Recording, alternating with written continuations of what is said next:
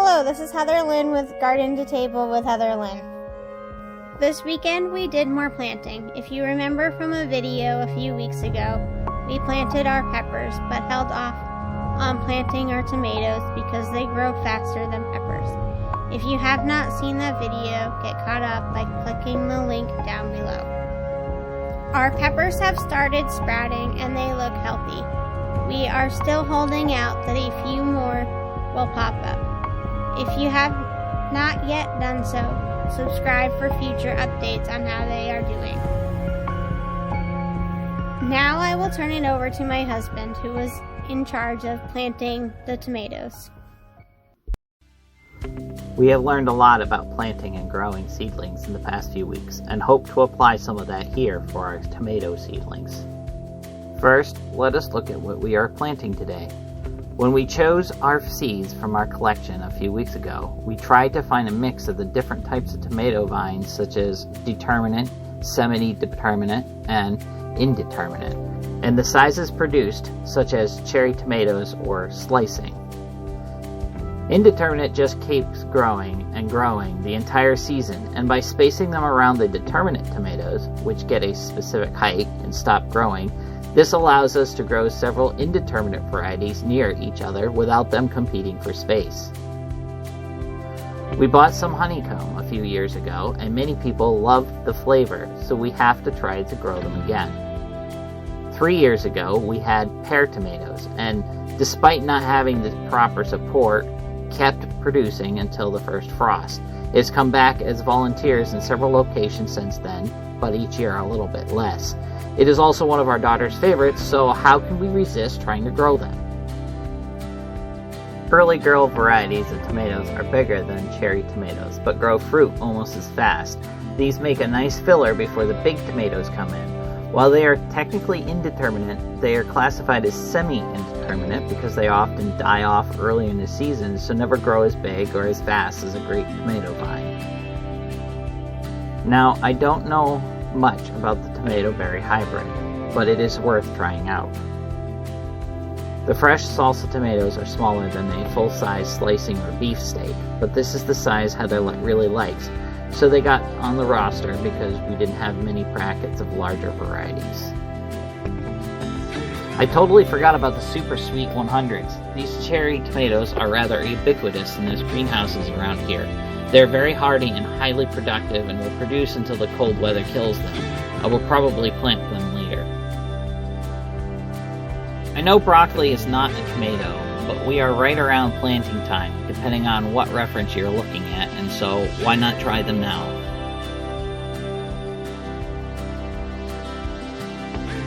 Okay, let's get to the planting. Just like last time, I have some 6x6 cell packs with a raised tray and lid.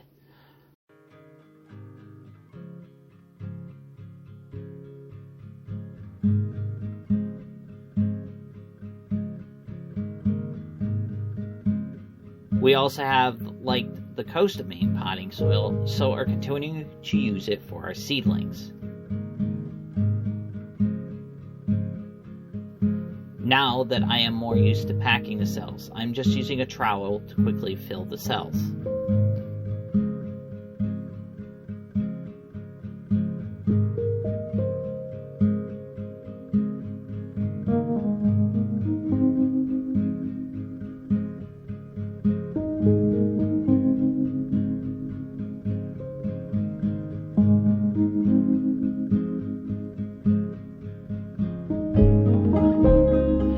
It is recommended that tomato seeds are planted at 1/4 inch depth and broccoli seeds at 1/8 inch.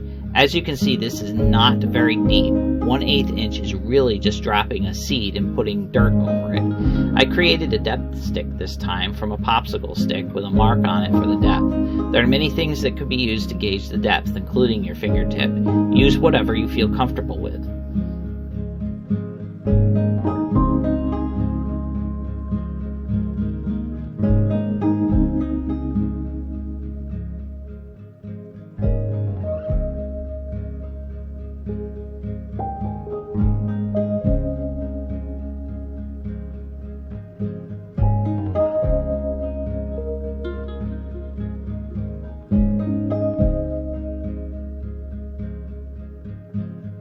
Remember that I said we learned a lot since the pepper planting? This time I am planting more than one seed in each cell. This is so there are backups in the event a seed fails to grow. I am planting 2 or 3 in each cell, and I am taking up one row of 6 for each variety. Some of these seed packets only have 10 seeds in them.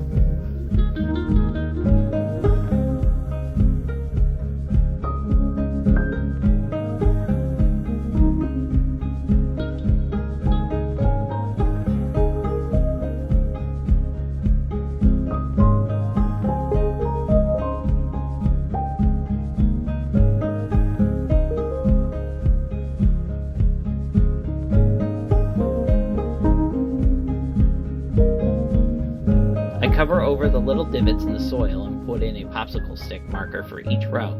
It is much easier to remember with a popsicle stick rather than trying to rely on your memory.